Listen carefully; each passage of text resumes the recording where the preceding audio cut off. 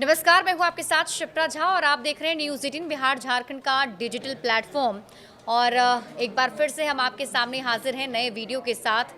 जैसा कि आपको बताया कि हर एक वीडियो में पॉडकास्ट के ज़रिए हम आपको मिडिल ईस्ट की जानकारी देते हैं, किस तरीके के वहाँ पर तनाव बने हुए हैं, क्या बातचीत चल रही है। तो इसी बीच एक बड़ी खबर सामने ये आई कि हूती जो विद्रोही हैं, उन्होंने इजराइल पर अटैक कर दिया है। जाहिर सी बात है, अटैक किया है तो बहुत बड़ा नुकसान भी हुआ है, लेकिन इसके साथ ही कई सवाल भी उठ रहे हैं कि आखिर हूती विद्रोही इजराइल पर अटैक बार बार क्यों कर रहे हैं और इजराइल का जो डिफेंस सिस्टम है वो क्या कर रहा है, जिसे जानकारी नहीं मिल पा रही। इसके साथ ही सवाल ये भी कि अब इजराइल आगे क्या करने वाला है, इसी पर हम बातचीत करेंगे। मेरे साथ हैं मेरे वरिष्ठ सहयोगी नीलेश जी और उनसे हम जानते हैं कि फिलहाल नीलेश जी, जो हूती विद्रोहियों की तरफ से इजराइल पर अटैक किया गया, क्या इजराइल में भी हालात बने हुए हैं?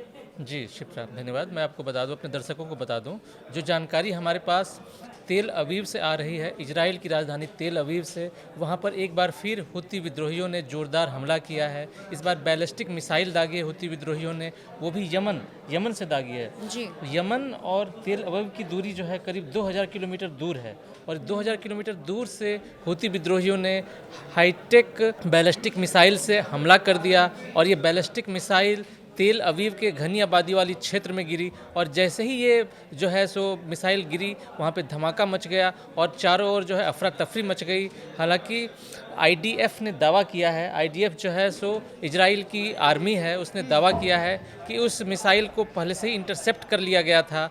इसलिए इसका जैसे ही पता चला, वहाँ पर सायरन गूंजने लगी। तेल अवीव के जो हिस्से में बहुत तेज़ी से सायरन की आवाज़ गूंजने लगी, और वहाँ पर रहने वाले लोग जो हैं सुरक्षित बंकर की ओर भागने लगे। इसी बीच तब तक बैलिस्टिक मिसाइल जो है नीचे गिर चुका था। हालांकि आईडीएफ ने दावा किया है कि इससे इजराइल को बहुत बड़ा नुकसान नहीं हुआ है, लेकिन शिप्रा, ये चिंता की बात है कि पिछले 4 दिन के अंदर हूती विद्रोहियों ने ये तीसरा मिसाइल अटैक किया है, वो भी 2000 किलोमीटर दूर से, और वो भी इजराइल की राजधानी तेल अवीव पर। इससे जो है इजराइल के प्रधानमंत्री बेंजामिन नेतन्याहू की रणनीति पर सवाल उठ रहे हैं। क्या सचमुच इजराइल का जो है हाईटेक जो है सिस्टम वो फेल हो गया है?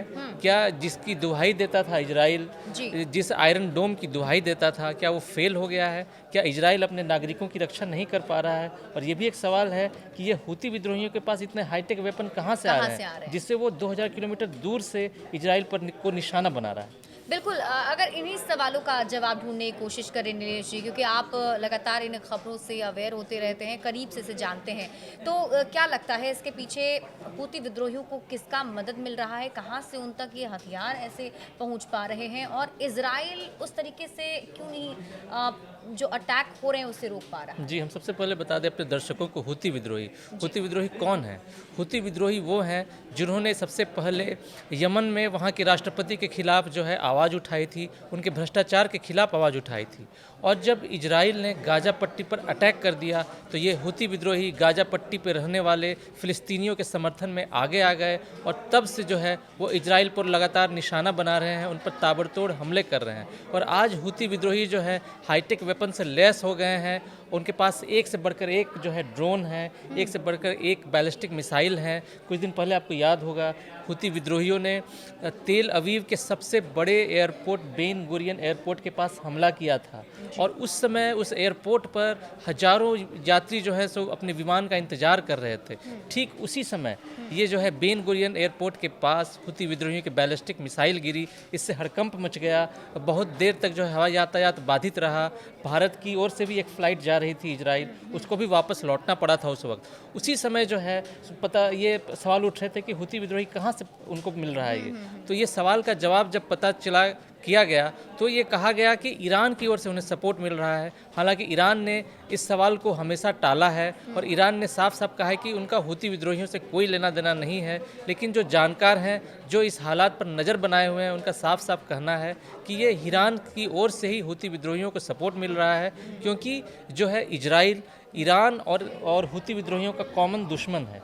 इसलिए जो है इजराइल के खिलाफ ईरान उसको सपोर्ट कर रहा है, और तभी तो हूती विद्रोही लगातार आंखें दिखा रहे हैं। और अभी भी हूती विद्रोहियों का यमन के एक बहुत बड़े हिस्से पर कब्जा है, और वहाँ से ये लोग लगातार ऑपरेट कर रहे हैं और इजराइल पर लगातार हमले कर रहे हैं। बिल्कुल तो अब ऐसे में क्या लगता है नीलेश जी आपको, इज़राइल भी चुप तो बैठने वाला है नहीं। अगर इस तरीके से हमला हुआ है तो क्या जवाब देने की तैयारी चल रही है? इज़राइल की तरफ से क्या बयान आया? जी, इजराइल के प्रधानमंत्री बेंजामिन नेतन्याहू ने साफ-साफ कह दिया है कि वो जो है हूती विद्रोहियों का नामो निशान मिटा देंगे। हालाँकि अभी इजराइल चौतरफा जो है जंग में घिरा हुआ है। एक तरफ इजराइल को हिजबुल्लाह से लड़ना पड़ रहा है, हमास से जो है उसकी लड़ाई छिड़ रही है, और तीसरी तरफ जो हूती विद्रोही हैं वो भी इस पर ताबड़तोड़ हमले कर रहे हैं इजराइल पर। तो इजराइल के प्रधानमंत्री ने साफ-साफ कह दिया है कि जो हूती विद्रोही हैं उनको किसी भी कीमत पर बख्शा नहीं जाएगा, और इसका जो है करारा जवाब उन्हें दिया जाएगा। हूती विद्रोही जिस तरीके से इज़राइल पर हमलावर हैं, तो हूती विद्रोहियों की तरफ से कुछ बताया जा रहा है कि आखिर क्या वजह है, किन वजहों से वो इज़राइल के पीछे इस तरीके से पड़ा हुआ है? जी, हूती विद्रोहियों के जो प्रवक्ता है याह्या सिनवार, वो हाल में अभी मीडिया के सामने आए थे, और उन्होंने साफ कर दिया था कि जिस तरह से गाजा पट्टी में इजराइल नरसंहार कर रहा है, बेगुनाहों को निशाना बना रहा है। अभी 2 दिन पहले ही इजराइल ने गाजा पट्टी के एक स्कूल पर हमला किया था, जिसमें कई बेगुनाहों की जान चली गई थी। एक शेल्टर होम पर हमला किया था, उसमें बहुत नुकसान हुआ था। तो हूती विद्रोहियों ने कहा है कि जो गाजा पर जो नरसंहार हो रहा है, जो इजराइल की जिस सेना वहाँ कहर बरपा रही है, इसका बदला लेने के लिए वो आगे भी लगातार इजराइल को निशाना बनाते रहेंगे। यानी कि इजराइल जो है अभी बचने वाला नहीं है, उसके खिलाफ अभी भी जो है ये अभियान उसका जारी रहेगा। जैसे कि आप भी बता रहे हैं नीलेश जी, और हमने वो तस्वीरें भी देखी और आई एम श्योर जो हमारे दर्शक हैं उन्होंने भी देखी होगी, जिस तरीके से गाजा पट्टी पर जो मासूम हैं, बेगुनाह हैं, उनकी जानें गई हैं। अब आने वाले दिनों में आपको क्या लग रहा है, कोई शांति की पहल आपको दिख पा रही है, या ऐसी स्थिति बरकरार रहेगी, या कुछ ऐसी बातचीत हो रही हो जिससे ये रुक सके? ये संघर्ष विराम की कोशिशें कई बार हुई थी इजराइल और हूती विद्रोहियों के बीच। इजराइल और हमास के बीच कुछ समय तक चला भी था सीज फायर, लेकिन वो टूट गया।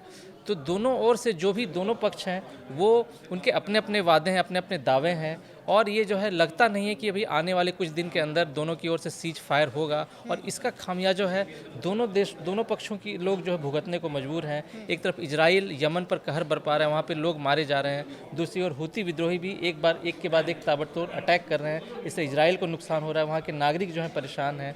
तो ये दोनों ओर से तबाही मच रही है, और दोनों जो है, और इजराइल का जो है गाजा पट्टी पर अपना दावा है, इसलिए ये लगता नहीं है कि निकट भविष्य में ये जंग जो है थमने जा रही है। बिल्कुल, तो इंतज़ार करना होगा, देखना होगा कि आगे इस पर किस तरीके से अपडेट सामने आ पाता है, और इज़राइल की तरफ से अब हूती विद्रोहियों को क्या जवाब दिया जाता है। और बड़े अपडेट्स के लिए आप जुड़े रहिए न्यूज़ 18 बिहार झारखंड के साथ।